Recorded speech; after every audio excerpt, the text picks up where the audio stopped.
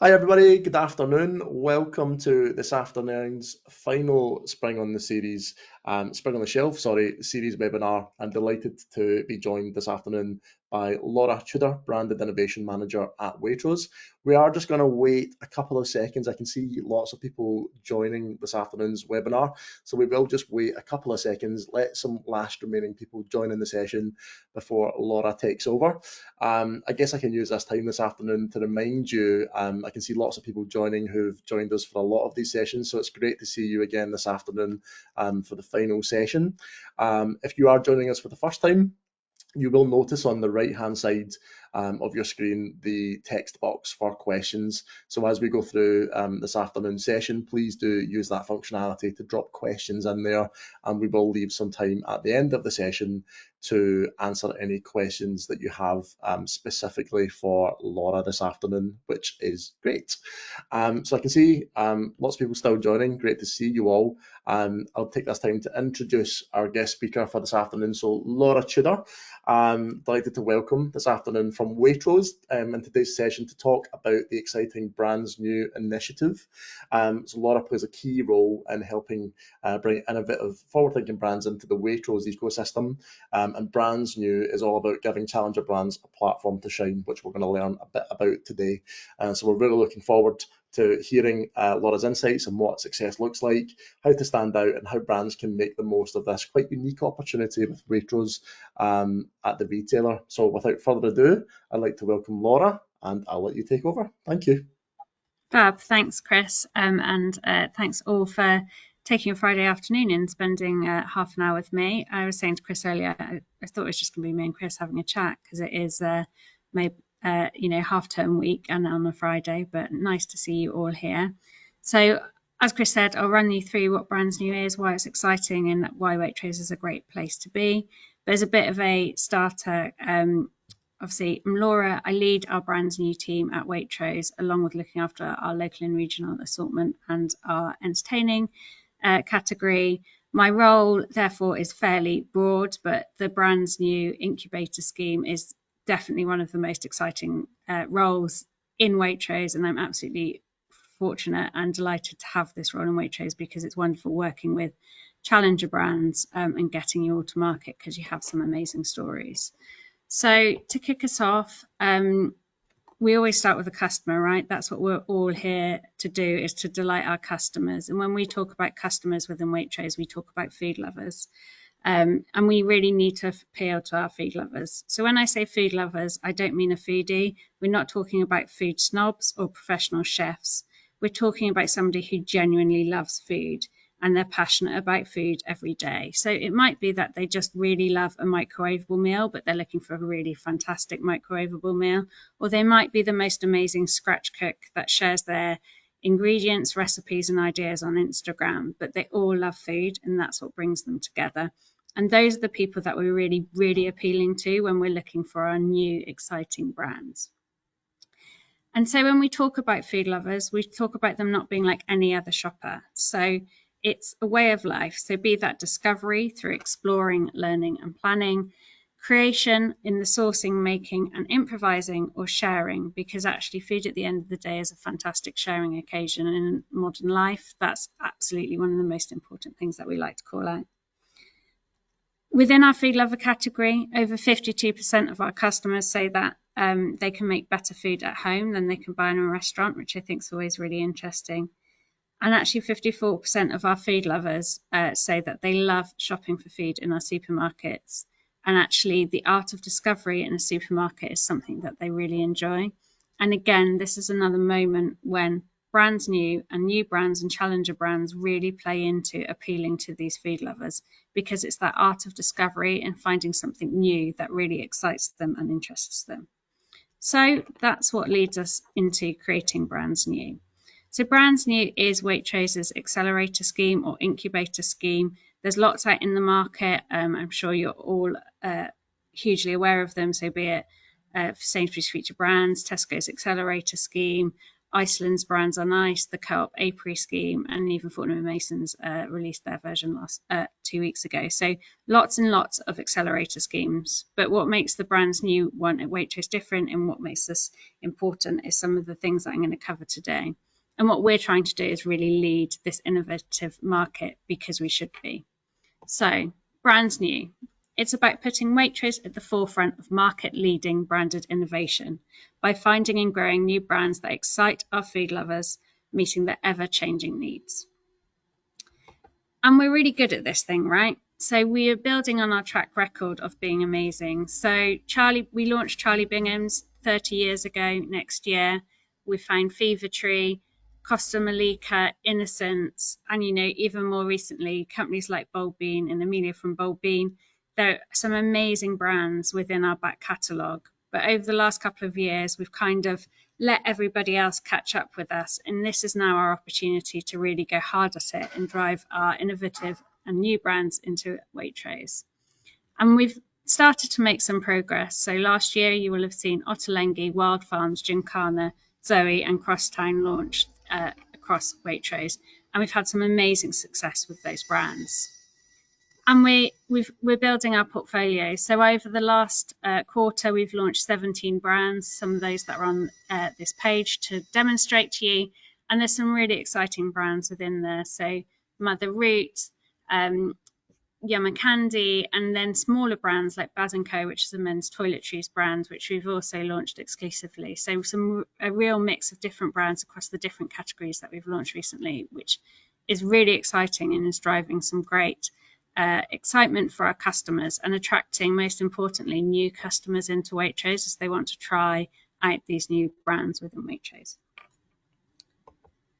So how does it work? And I think this is the bit that you're most interested in. So I'm going to sort of spend a bit longer on how this works, what the accelerator scheme looks like, and how you can be a part of it.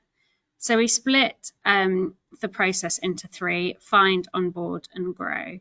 So within Find, we have partnered with YF, who are the consultancy, and they support us in our Find mission. And we also use RangeMe. The reason we use RangeMe is we use it as essentially a filing cabinet of all the brands that apply into be on the scheme, because as you will have known, and maybe some of you have been through it, you've tried to find a buyer's name on LinkedIn and then you've pinged them with loads of emails hoping that you'll maybe get a successful response back from them. But you never know, have you got the right buyer? Have they changed roles? Have they left? Or will they even respond? So RangeMe allows us to collate all your applications in one place. It allows us to understand a little bit more about your brand and the products that you're offering. It also means that we can keep track of our responses and let you know where we are with your application. We'll also be, when we're looking at Find, we'll be looking at the category strategy for that category and Waitrose's strategic priorities. So as I've mentioned, we talk about food lovers. Food lovers are super important as one of our key strategic priorities. But you will also know that we are a business that is driven by strong ethics, strong welfare standards, and strong alignment with sustainability agenda. So those are the things that are really important to us when we're looking for new brands. And then we talk about the unmissables. So the brands that stop us in our track that are absolutely amazing and are going to be the next big thing. And with those, when we find them, we'll try and move quicker to launch them at pace. So onboarding. So once you've gone through that RangeMe process and we've reviewed your application, where the Waitrose BrandsNew scheme is different to those in the market is we still ensure that the buyer is the absolute decision maker in deciding on a listing. And that's important because if me and my team decide that you should be listed, the buyer might not like you and therefore potentially discontinue quicker. So we really want the buyer to be backing the brands that we're choosing to list. So you will share your pitch with the buyer, and then if successful, you'll be invited in to pitch to us at a set date based on the ranging windows within Waitrose, and those ranging windows vary by category. If you're successful, you could then go through an onboarding process. So within that, me and my team will support you with onboarding into Waitrose, because we know onboarding into supermarkets can be complex, confusing, and potentially difficult. So we will support you through that process to make it as pain-free as possible.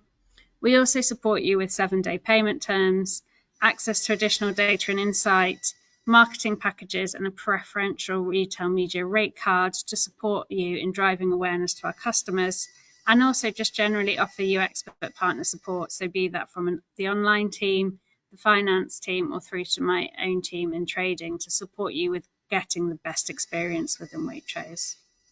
And then we'll look to grow you. So there's a significant time investment from myself and my team with you to support you in your journey within Waitrose to grow you to deliver more. We'll share data and insight with you and also run events, peer mentoring and networking to help support you in your journey in Waitrose. So what does activation look like? So if you are successful in the things that we have available to us to drive awareness, inspire our customers and generate sales for both yourselves as a brand and us as a retailer. So we have multiple different activation methods, but one that I always like to really call out is our Waitrose Weekend and Waitrose Food Magazine. These have huge readerships. Over 700,000 of these get printed and get huge uptake. And actually, these are really unique in the market and offer a great ability to really talk about a brand and elevate it further. We equally have one of the biggest food and drink festivals in the UK, which is run in November every year, and is a great opportunity to showcase your brand. We also have great resources like our online channel and our social media channel, which we can use to help highlight your brand. So there you can see a little post we did about Baz & Co when it launched. And on the right, you can see the Ottolenghi homepage, which links the Ottolenghi products together with recipes to really drive that art of discovery for our customers and drive interest into the brand. So lots of different opportunity for you to showcase and highlight your brand. So how do you do it? The most important page for us today is submit your brand through to Range Me, and that will allow us to review your application. We say we'll come back to you within 2 weeks. Allows us an opportunity to review it, understand where we see you fit within the range, and then come back to you. But how do you make your brand stand out? And this is what's important. So probably the least sexy slide in this deck, but the most important. So what makes your brand stand out to us and the things that are important? I've spoken about food lovers at the start, and the reason I spoke about food lovers at the start was because the need to connect a brand to the customer. So when you're looking at food lovers and thinking about your brand, think about how your brand can appeal to those food lovers. What is it that's unique about your brand and your product that would interest them, excite them? But I'd like to just remind you that food lovers don't just eat food and nothing else. They do have to wash and they have to clean their houses. So we're not saying that this scheme is just for brand like food brands or drink brands. It's also for general merchandise as well. So if you've got a really fantastic laundry brand, we're still really excited to hear about it, because our food lovers don't just care about food. They do want to be clean and acceptable in general life. So don't let that put you off. We want a clear USP. We really want to understand, like, how does your product differentiate from everything else we have on the market? And that's particularly important because we are relatively small in terms of the space we have in our stores. So every line that we have in store needs to really work hard. So what is it about your product and that makes it stand out against its competitors? And it's a reason for a customer to pick up your product over anything else in the store. Think about how your brand links to the Waitrose strategy. So like I said, we talk about food lovers, we talk about health, we talk about welfare, we talk about our environmental credibility. Use our website and our insights on our website, our food and drink trend magazine that we release each year to help guide you in linking to that Waitrose strategy. Then think about the customer and the customer mission. So what is it that customer will be? What mission will that customer be on when they're looking for your brand? So are you appealing for a dinner for tonight? Are you appealing for a celebration occasion? But what is the fundamental reason that a customer will be picking up your product? And then think about your brand identity and how that would lead into a brand activation plan. So what does your brand mean? What is important to you and your brand? And how would you showcase that to the customer and talk about it? And how would you build that into a relevant brand activation plan? So be that through communication within the different activation channels that we have, or through a promotional campaign that would help you talk about your brand. And then customer engagement and customer loyalty is the last two that I'll just touch on. So that really then equally links back to that brand activation plan. So how will you drive customer loyalty within your brand? What will you do to make sure that they try you and continue to repeat? And what can you do that's different within your sector or your category that would allow you to stand out and drive that wider engagement? So those are the key things that will help you showcase yourself to our brand. We obviously also care about commercials. At the end of the day, we're a supermarket that needs to make money. So commercials are also important when you're submitting your brand's campaign through to us. So think about that and how it aligns to our wider tiering within the supermarket. And those were the key things that I was going to touch on today, because I am conscious that there's lots of you on the call who probably want to ask lots of questions. So I was keen to give you an opportunity to ask some questions. Absolutely. Thank you so much, Laura. Thank you for taking us through. I've learnt a lot, so I'm hoping that everyone else on call today has learnt some things from the session this afternoon. And yes, we have lots of questions that are coming through, so I appreciate some time to go through some of them. I'll try to get through as many as I can. I'm writing down and scribbling down, so please do continue to add questions in, and we'll get through as much as we can in the next 14 minutes.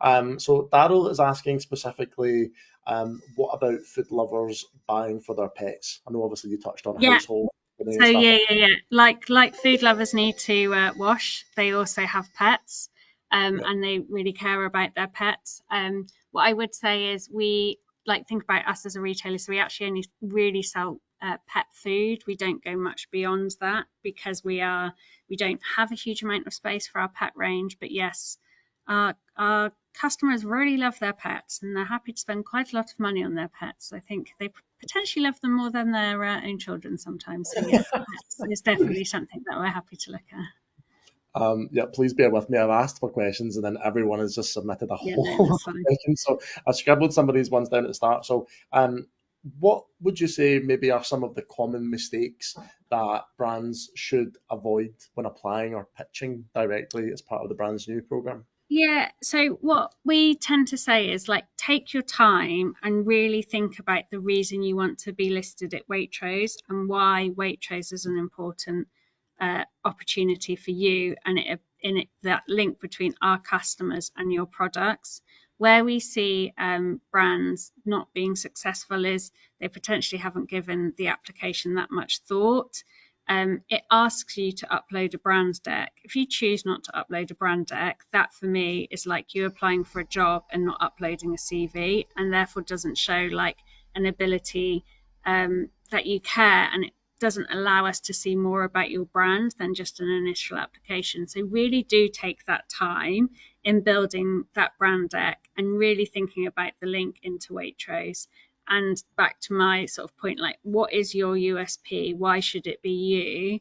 Because if I take soft drinks, for an example, we have had over 250 applications for our soft drinks. So we need to really refine and go through which brand stands out, why should they stand out, what are they doing that's differently to allow us to refine it. So if you are in a competitive category, it's really important that you spend that time working on your brand deck and your pitch to get you to stand out. My next question actually leads quite nicely onto that. So Louise had asked specifically, what would you say is what are some of the key points that does make a brand stand out, especially during selection process for really innovative and overcrowded category submissions? Yeah, so when you're in a category that is super overcrowded, it's really thinking about what's your USP, how do you stand out against the other brands in that category, what are you doing differently, how does your brand align to our different sort of strategy points and missions, as I said, and why would your brand more likely align with our customer type than another. When you're in a really crowded category, it is much harder because actually there's a lot of you doing the same thing. And that's when it comes down to how does that brand stand out in shelf, where else maybe it be ranged or not ranged. And then ultimately, when we're being in a super competitive category, it comes down to taste, because at the end of the day, the thing that drives repeat is taste or sort of success. So if I take soft drinks for an example, we then sampled a huge amount of soft drinks to refine that process down again. So yeah, just making sure that you're communicating your brand in a way that's true to your brand is super important. Lovely. Laura's asking, do you look at direct to consumer traction, current social following, or any other retailer experience as part of your evaluation process Yeah, going through? yeah, no, definitely. So we look at, yeah, how many followers have you got? We use Google Trends to see the amount of sort of noise that you're getting through Google Trends, the level of awareness. We also have different sort of insight platforms that can help us with that. So yes, all of those things are considered, taken into account. Understanding how your demographics on social media align with our customer demographics is also important. So that's some of the ways, actually, if you've got a strong D2C following, you can showcase how you align to our customers. The one watch I would say when if you're a D2C platform first is how are you thinking about changing your product to come into retail, because it isn't as simple as just switching one into the other. So often there's little hurdles to get over when you make that move from D2C into retail. So make sure you've considered those in that process. Great. A question did pop up. Apologies to who asked the question. I have misplaced your name. They were asking specifically on, are they able to find out from Waitrose when category review windows take place? So specifically for laundry, when you guys are looking at those product types. Yeah, so we don't ever publish our ranging windows, so it's not something that we'd sort of openly share. But when you apply into Range Me, we'll give you an indication of when it's coming up. So it might be that it's in a couple of months, but equally it might be one that we know we're not looking at for 6 months. With ranging windows, we start the work 6 months ahead of that ranging window going live. So that gives you an indication of the sort of the time periods we're looking at. So 6 months is when we start kicking the work off. We tend to look at brands at 20 weeks out of that ranging window going live. So that's when we tend to be reviewing. Equally, this is like typical complexity of the supermarket. We have low, medium, and high ranging windows. So if there could be a ranging window, but it might be a low ranging window, which means we're not actually introducing anything new, and it's more of bound shelf changes. So there is a lot of complexity in it. So that's why we might give you some different guidance. So yeah, sorry being a little bit vague on that, but we'll work with the brands as appropriate and call you in at the right moments that we know work for the buyer and that ranging period. Yep. Couple of questions coming through around a similar theme, so I'm going to take that question and sort of put it into one. So a couple of people are asking around, are there any exclusivity terms with Waitrose when you go through BrandsNew, and how that affects maybe traction with other retailers? No, always a question that comes up, and actually should have touched on it in my presentation. So it would be amiss of me to say that exclusivity isn't important to us. It is important to us. So we do look for exclusivity, but we don't say it has to be exclusive to be on the BrandsNew scheme. We look for exclusivity of 6 to 12 months because we also know in the challenger brand world that there's no benefit to either of us if you always remain exclusive. You being in other retailers eventually helps drive awareness, volume, and people back into us. So yes, we like exclusivity. You don't need to be exclusive forever. So aware of that. Again, might alter some of our levels of activation that we choose to do depending on if you're exclusive or not and who you might be in. But again, take that category by category and brand by brand. Nice. Okay. Another question come through. So this one says, how do category buyer activities tie in specifically with the incubator activities? And then they've written here, for example, I'm talking to one of your buyers I met at a huddle recently, which is one of our in-person events. Is that a completely separate process, and can that tie in? No, so that buyer, if they've spoken to you at an event or found you or you've reached out to that buyer, they will tend to then loop us back into that process. So they'll then let us know, we found this brand that we're interested in listing. Can you support as part of BrandsNew? And they'll loop us back in. What we tend to sort of always encourage buyers to say is, can you please make sure you're still applying through Range Me, so we can make sure we've got everything in it and it's all clean and looped in. But we know that people forget, or they haven't, or in the process of being busy have missed that sort of step out, but they will tend to loop us back in. So we'll probably speak to you shortly if you are in those conversations with the buyer. Nice. Another one, brand asking, are you able to apply to be an online product only? Very good question. Yeah, that was more for. Go on.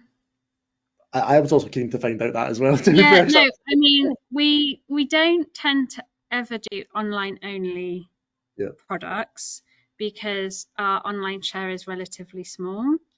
Yeah. And we also pick from our shops in the vast majority of cases, so only have so many dark stores, and they tend to just serve London Central. So our dark stores basically cover inside of the M25. So therefore it limits your ability, your essential success. And because of that, some of the requirements on MOQs and deliveries make that slightly more challenging. I think it would depend on your product and what you're selling and why you think it should just be online only. But we do look at online only launches earlier to trial brands ahead of launching into main range. So that is something that we do. Yeah. Douglas is asking that BrandsNew is there to support new brands. How can brands already in the marketplace access some range decision makers at Waitrose? Is it recommended that they can use something like BrandsNew to filter through that traffic, or should they be using different, tools or Yeah, tactics? so if they are a existing brand in the market but they're not in Waitrose, then we'd still encourage them to come through BrandsNew, because we're basically that filter into the buyers to let them know about new brands, and that might be that they're already in the market but new. The support packages would change depending on your relative scale. So I imagine nobody from Unilever's on the call, but like if Unilever were to rock up with their new brand, we wouldn't offer them 7-day payment terms because they don't need it, whereas we want to give it to the people that need it, and that's the most important part. And equally, some bigger brands won't need the level of support because they'll have category managers, or they'll have their own marketing teams, etc., that can do everything, whereas in other cases you've got one or two people being finance, operations, marketing, etc. So that's the difference. If you are already in Waitrose, you shouldn't need us. But if you are in Waitrose and you're in one category and you want to get into another category, but you're finding that challenging, that's where we'll step up and lean in to support you. So that's how we offer that support when you're already in Waitrose. Fabulous. And then a nice one to tie in to finish us off. Which brands have made the biggest impact in store during their first couple of months that have came through the BrandsNew initiative? And what are your favourites? And what did they do to stand out on a small business budget? Yeah. So I think the ones that have done the biggest impact, I'd call out Wild Farm. So they literally rocked up with the tractor into one of our to outside of one of our stores, and have done a lot of noisy marketing now. That they've been able to do that because of some of the founders of that business, which is really great, but have driven quite a lot of noise. Equally with that brand, they were doing something really different in quite a stale, excuse the pun on bakery, but in a stale category. So not much change, been very existing brands for a really long time. So allowed them to make quite a lot of noise. I Yeah. think equally that the thing that calls out Wild Farms, right? We were talking about Waitrose really wanted to lean into regenerative agriculture. They're a regenerative agriculture based company. So great alignment which allows that call out. Gymkhana, equally, we did things really differently with them. So actually where we first launched was by putting their products onto our butcher's counters, which drove a completely different customer mission. So I think that was one that for me stood out quite well in doing something different, and actually had therefore attracted quite a new customer into that category. So they're definitely two that stand out in doing something differently. I'm not going to say who my favourite brand is. They're all my favourite. You can't ask that question. And I think I'd I, get shot if I did pick one. So I'm not going to pick a favourite brand. You're all my favourites. I would just like to be clear, I didn't ask that No, question, no, Kate. no, it's fine. But yes, everyone's my favourite. Just just a quick answer on this, because quite a few people have actually asked this. So just if we can get a quick answer Yeah. on this, asking about a sort of timeline that works for you guys if you've submitted an application and it's been rejected. When would be the best time to try again and Yeah. have the best chance of success the next time around? So you'll have seen if you have been rejected, like, sorry, but it is super competitive and we are only small. When we send out those the rejection emails, we also recommend you to pick up with YF. What they can support you with is really understanding how do you get retail ready, how do you stand out to work with Waitrose and give you that additional support. And then don't always come back super quickly. Sort of give it 6 to 9 months. Think about how you could align yourself more closely to Waitrose. What is it that's different, or how have you attracted new customers or done something different that might make you stand out again more? And just really think about those alignments. So yeah, I'd say give it 9 to 12 months. Try again. Speak to IF. Take some time to really do some comp shops and look at what's in our shops versus your brand and why therefore you think it sort of aligns. Great. We are a minute over, so I appreciate you staying on a little bit longer. I would just like to thank you again for joining us this No worries. afternoon. Absolute pleasure to learn, and I'm sure everyone who's joined us this afternoon has definitely found it very exciting, and they've learned a lot. I've especially been scribbling down pretty much everything you're saying, because it's all it's all super great to digest. There's loads of questions on there as well. We'll try to get back to. There's a couple of questions on there. We can feed in some things. Yeah, So apologies that we didn't get through all of the questions. And thank you so much for joining us. We'll be in touch moving forwards. And we'd like to thank Laura again for joining us this afternoon, and we will speak to you soon. yeah, fab. Thank you. Thanks, Laura. Bye bye. Bye.